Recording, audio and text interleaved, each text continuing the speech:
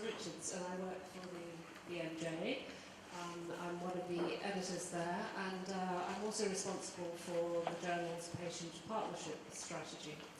And I think, in the face of such eloquent preceding speakers, I should like to apologise for two things. One is I'm not a great talker.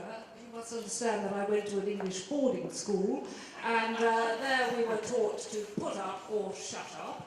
I also have the immeasurable disadvantage of having been to a medical school where, of course, as you know, we're not taught to listen, but to elicit information from patients, usually according to a particular pro forma. So, with those disadvantages, I'm going to wear several hats this afternoon, and my first one is as an editor. And I just wanted to flag up the journal's very ambitious patient partnership strategy, where we're attempting to influence the hearts and minds and practice of the doctors who read us to really realise partnership in their daily practice. And we thought the best way to do that was for us to try and walk the talk. And that's proving difficult and extremely exciting. And one of the things I would like to say or invite everybody here is to please help us on what we consider to be a journey for the journal, actually, with respect to patient partnership, because we are getting voices of patients in the journal much more. Our patient editor at the moment is looking to start a new series called What Your Patients Are Really Thinking, and that is totally going to be written by patients. And so if you've got any good stories to share, and I've heard some already, please contact us. But it goes well beyond that. We're also sending research papers out to be peer-reviewed not only by the usual scientific and medical experts, but also by patients. We want their views on whether this is important research that's relevant to them, because we know that only with getting patients on board with researchers to discuss the research agenda that you're going to begin to influence that agenda in a way that the research money is not wasted, but that we investigate the questions that patients want answered. So we're also looking for patients to join us as reviewers of papers. So that's another kind of, if you like, where we would love to have you on board. And another thing that we're doing, which I think really is very forward-looking, and at least I hope you will think it as such, is that when we go to experts, medical experts, to write an article about, shall we say, asthma, we are saying to them, we wish you to co-produce this article with patients. Go and talk about what it feels like to have asthma and how you manage it. Because we know that the experience that patients bring is the core thing that really helps, I think, with the medical management to effect meaningful and effective management over time. I mean, I think that doctors have too long discounted the expertise of patients, and so in our co-production of articles, that's what we're hoping to slowly address, and for that to be seen as the norm. Right, that's enough. Now I'm standing over here, and I'm a patient. I've got pretty good credentials, actually. You should see my abdomen. I've got more scars than most people have had hot dinners.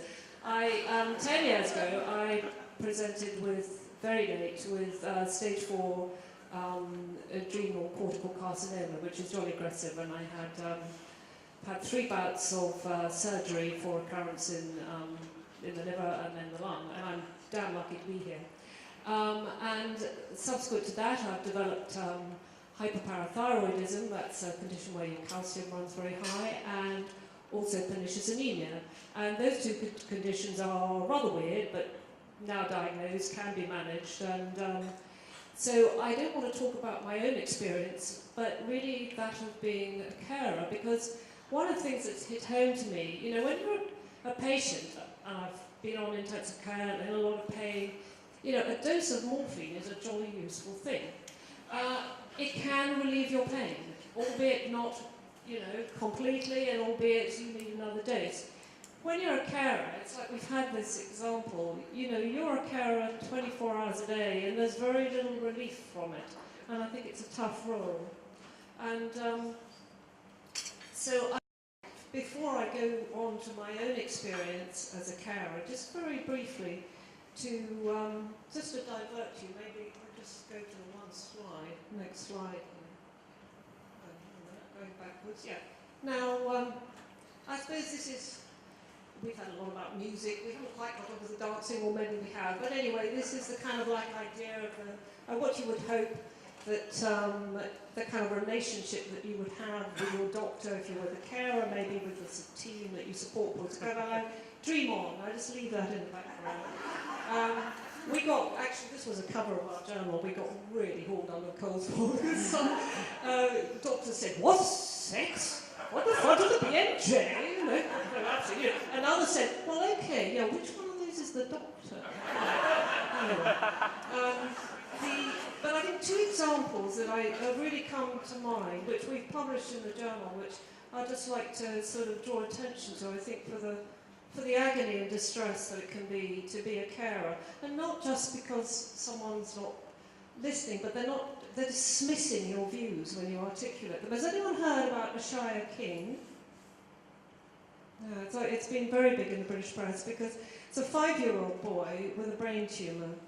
And he had undergone surgery at Southampton Hospital, which is in the south of England, and it was a very aggressive tumour, and the doctors had decided what treatment should come next. The parents, meanwhile, had trawled the internet and had decided that he should have a go at proton beam therapy, a particular sort of therapy. So they mentioned that to their doctors, who were absolutely up in arms. We're the experts, we know best. This is what we're offering, and there was a complete breakdown of trust. As a result, the parents were so distressed, they removed the child from hospital without the doctors knowing. They went over to Spain. The doctors then triggered this. There was a manhunt for them. Interpol was involved. These parents were removed from their 6-child's bed and taken to prison for 3 days. Just imagine that. You know, what did that 5-year-old child feel? And imagine the trauma for the parents. I cannot believe it. And it was due to a complete breakdown in trust between doctors and the carers. And no credence was given to their views at all. Anyway, the good news about Ashaya is that he did get treatment in another corner of Europe, and he's done quite well, but the parents still don't want to come back to the UK because they don't trust the doctors there. I think another example we published recently, I think, was hit home to me about a carer who she's called Barbara Lewis in the States. Has anyone heard of Jones' Family Bill of Rights? She's a very, I think, sort of brave lady. She sat by her sister's bedside for 4 weeks, 2 weeks of which they thought she would recover, 2 weeks of which she obviously was not going to recover. And she recorded every single toing and froing that went through, and her sister went through until she died. And she published this Bill of Rights because she said, well, if you go into hospital, there's various patients' rights and responsibilities, very often pinned to the wall, but there's nothing about the rights of carers and families, and that's what she wanted to address. And one of those was, don't dismiss carers as meddling when they ask questions, when they point out that a bit of equipment is not working, that they've gone to the internet and, could it be possible that there might be alternative ways of treating somebody, etc. And she also made a point about don't say things when they're in earshot or when a patient might hear or they might hear. She described hearing that a nurse saying, well, I'm just waiting for my 2 patients to hurry up and die. They just want to get off shift. And I just think when carers are in there in hospital, they are listening to everything that health professionals say. They are watching everything that health professionals do, and that we should take much more account of that. And that's really the point she was saying. And she also ended by one of her, I think, 10 clauses is, just remember, your kind words can save a breaking heart.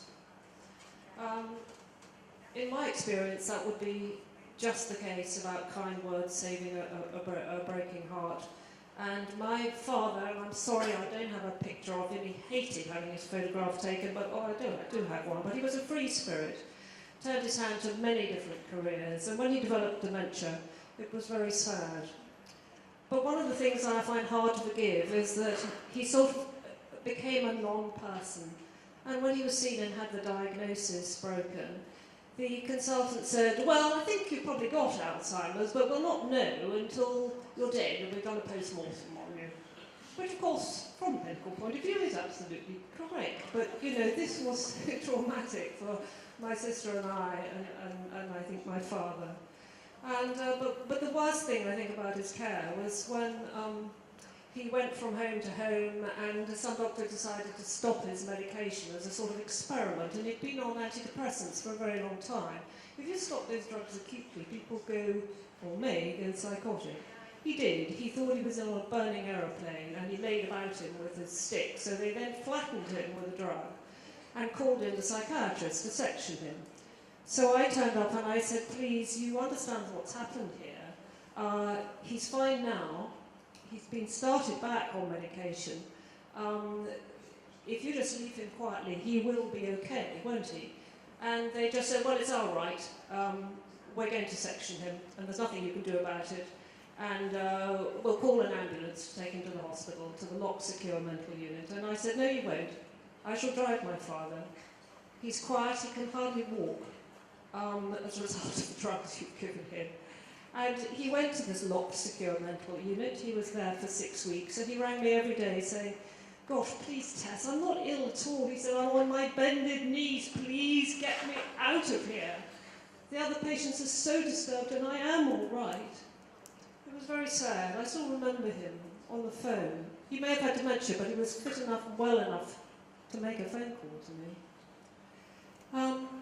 Another story, which I'd just like to mention, because this is a story with an unfurnished ending, which is my son with rheumatoid arthritis, where I think one of the hardest things to bear, and I will wrap up now, has been, again, that they've not only not listened to him, but they've not listened to me as a carer. And despite the fact that I have done endless research and wanted to talk to them, I think doctors have found someone empowered, either patients or carers such as myself, to be very difficult to deal with. But I would say that as patients and carers, we have to continue to strive to be empowered and be difficult to doctors, because I think they have now to learn to live in a world where the playing field is changing as a result of access to information, and we've all got to shift positions and move to one of partnership wherever we can.